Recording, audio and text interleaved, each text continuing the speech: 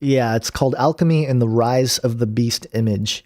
Where do I even start? I mean, I talk about the Philosopher's Stone, and I look at the history of alchemy a little bit and how it's completely tied into just the mystery religions that I touch on. It's a little bit different from the first film. The first film was kind of like a connect the dots kind of film. Like, here are all these data points. You can dive into each one much, much, much deeper. With this one, I'm a little bit more focused in that I try to look at alchemy from the historical view, talk about it. It does touch on channeling. It does touch on all these different aspects. But alchemy's been something, it's been a sacred art, if you will, that's been passed down from Egypt. Yeah. Mystical practice of Kabbalah. It's part of Zoroastrianism, Christian Gnosticism, even some mystical factions of Islam, Chinese mystics, the Knights Templar, the Rosicrucians, the Golden Dawn, the Illuminati, the Masons. Everybody has an aspect of alchemy in their philosophy. And the basic idea that most people think of when they think of alchemy, turning metal into gold, right? Right, turning base metals into gold. But that's what I've found, is that that's actually just a metaphor that these mystics use to talk about their spiritual ascension. It's the same idea. Their enlightenment, to turn base metals, which is what we are now, into gold, which is this higher, godhood. And so it's the same idea, but it's, I dive into it a little bit deeper. A lot of the occultists will outright say that that's what's going on, and that it's, it's sort of it's a metaphor and a message. And the idea is to reverse the effects of the fall. That's the main thing, that we fell, into this world, and every tradition has a different rendering of that. The Gnostics believe that physical matter is evil, right? So that we try to, the whole thing is an illusion that's been constructed by the archons, which is kind of like a virus, or how they describe it as a virus. But even with Kabbalah, it's this idea that one of the angels that was blocking their way back into the Garden of Eden told Adam the secrets of the wisdom, the knowledge, and from that, fallen humanity might be able to regain their lost estate of being in the garden. And that's what some of the traditional Kabbalists teach. And they really, the most challenging thing that's been part of making this film, it ties into technology and transhumanism, because it's the same idea. The whole transhumanist movement, it's the same thing that alchemy's been talking about, ascending, becoming gods, becoming more than what we are. And the challenging part is that they use the Bible as kind of not proof necessarily, but data points, right?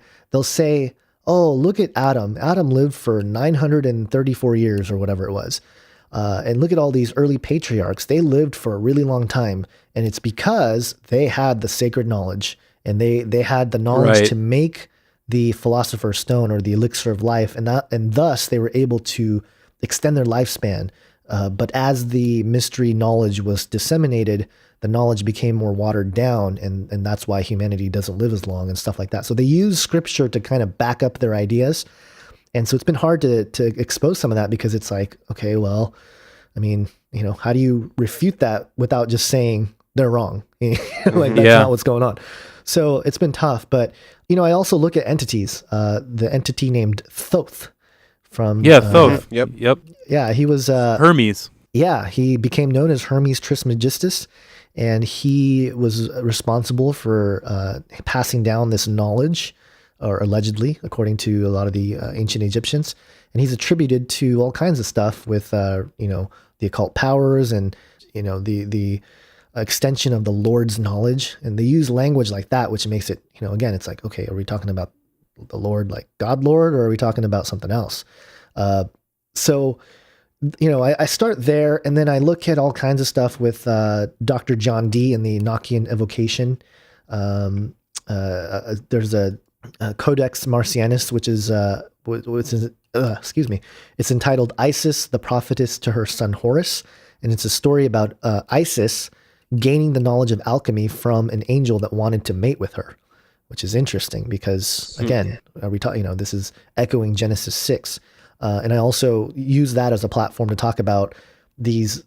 There are these women out there, like on YouTube and stuff, that talk about how angels have, come in the night to have sex with them. And there's another lady that talks about my dead husband and comes and we do our thing. And it's like, man, I don't think that's your husband. And I'm sorry, but I really don't think your husband's coming in the middle of the night to do that. And to open yourself up like that is kind of scary. But, really, again, the ultimate goal for alchemy is to use these magical workings to reverse the effects of the fall, to bridge the gap between the physical and spiritual world once again, and create Eden on Earth. And again, that's the same thing as transhumanists. And then I look at transhumanism and the movement, the spirit of technology, and really what that's all about. And transhumanism is kind of a trendy topic now, right? Like a lot of Christians in this sort of fringe area are talking about it. So, I get into it. I get into some of the ideas that are behind it, the 2045 Global Futures Conference. But I think what's important coming out of the whole transhumanist topic is this idea that the supernatural worldview is returning into established academia. And what was that? I absolutely agree with you. Yeah. And I show this through several people who believe that there is a spiritual element to life. And I quote Chris Putnam. He has a book called Supernatural coming out, and he believes that the materialistic worldview is actually dying, and it's being replaced by this pantheistic monism. It's a sort of view that everything is God, we are God. It's a new age philosophy that's starting to resonate. It's almost like a Eastern mystical type of view. Yeah. And but it's fascinating because, for example, this is somebody named Philip Ashley Fanning, and he wrote a book called Isaac Newton and the Transmutation of Alchemy, an alternate view of the scientific revolution. And he talks about how the same philosophical principles of alchemy. He talks about how what the alchemists knew about the philosopher's stone as the key to all knowledge, well, we're discovering that now. And it's like these scientists and like biologists and stuff talking about how they resonate more with the traditions of alchemy than they do with modern academic science. And I'm sitting there going, are you serious? Like, really? You guys are really going in that direction? So it's definitely happening. And part of the reason why I want to talk about this is because I believe the church has to be prepared for that. I think there's a lot of great apologists out there right now. These guys are much smarter than I am. Your Greg Kokels, Ravi Zacharias, and Dr. William Lane Craig and stuff. They are able to argue for the existence of God. And I mean, I've seen some debates where they just tear apart atheists, right? Mm-hmm. And so I think that debate is pretty much over, as far as like in the public domain. And I think we have to start preparing to be able to argue for theism in a supernatural context, and not just the whole, cosmological argument and all that stuff, because that stuff is coming down the pike. And I think it's important.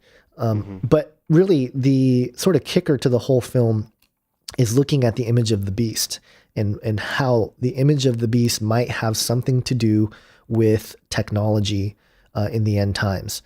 And really, without getting into too much detail, the idea is that I believe the advent of technology and the technological progress and science and all this stuff is in the Bible. I think it's the whole idea of artificial intelligence, the singularity, is found in Revelation 13, where the false prophet gives breath to the image, so that the image of the beast might even speak and might cause those who would not worship the image of the beast to be slain. And traditional views have been that, it's a statue that's going to talk, or it's a statue that's going to be possessed by a demon and it's going to be able to speak and move and stuff.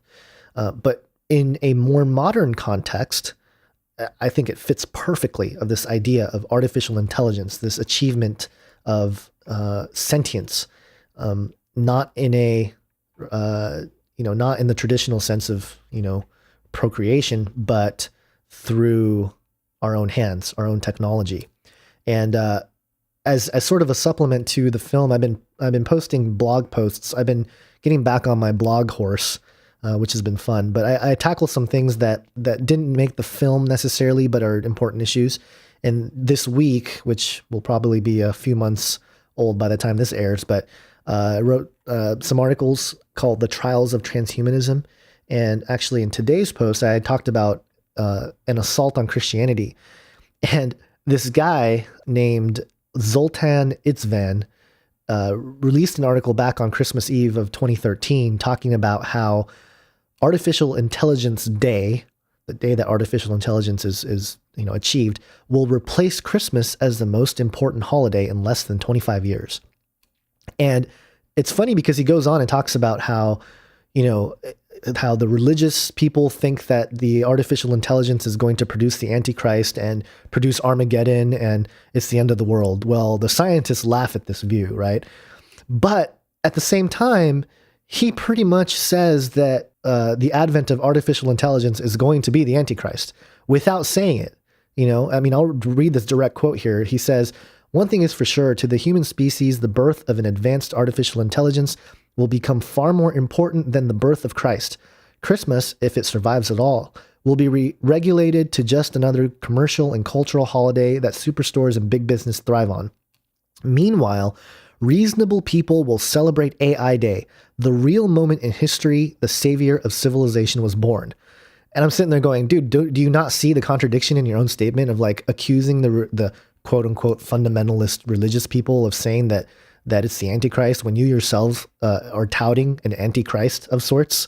Yeah. So this sort of thinking is really starting to permeate with the thinkers of this world, the people in established academia and scholarship, and it's going to start permeating, I think, in modern day culture, and it already is in some regard. A lot of people think that it's cool to get a microchip and all this stuff. There is hesitation with certain people. I think just in general, you don't have to be a believer to like be skeptical of like, oh, we want to microchip your brain so you can access the internet straight from your mind, Yeah. And people aren't like, normal people, if you will. I wouldn't say normal, but just someone that's more in touch with kind of a standard moral framework isn't going to be jumping all over that.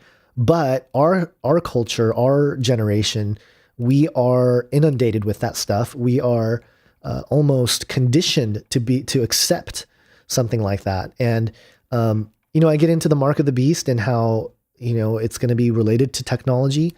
Most people talk about how it's a microchip. It could be. I'm not saying that it's not.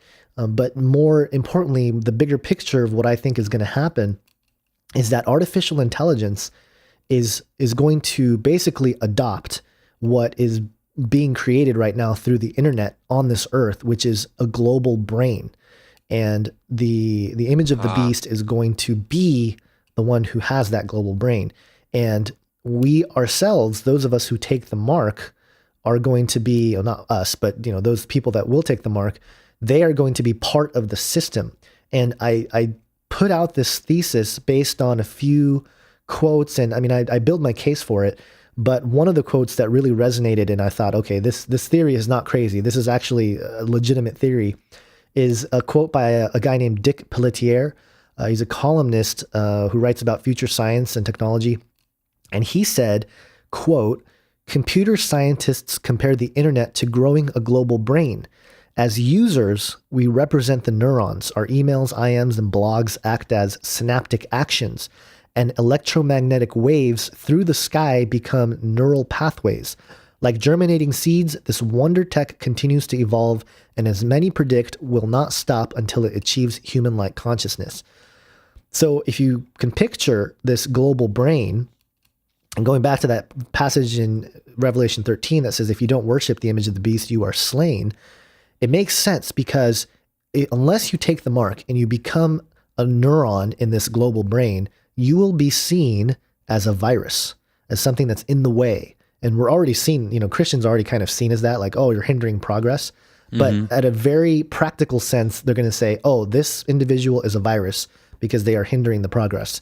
And therefore, if you do not worship and if you do not comply with this idea of becoming a part of this global brain, you will be eliminated, you know?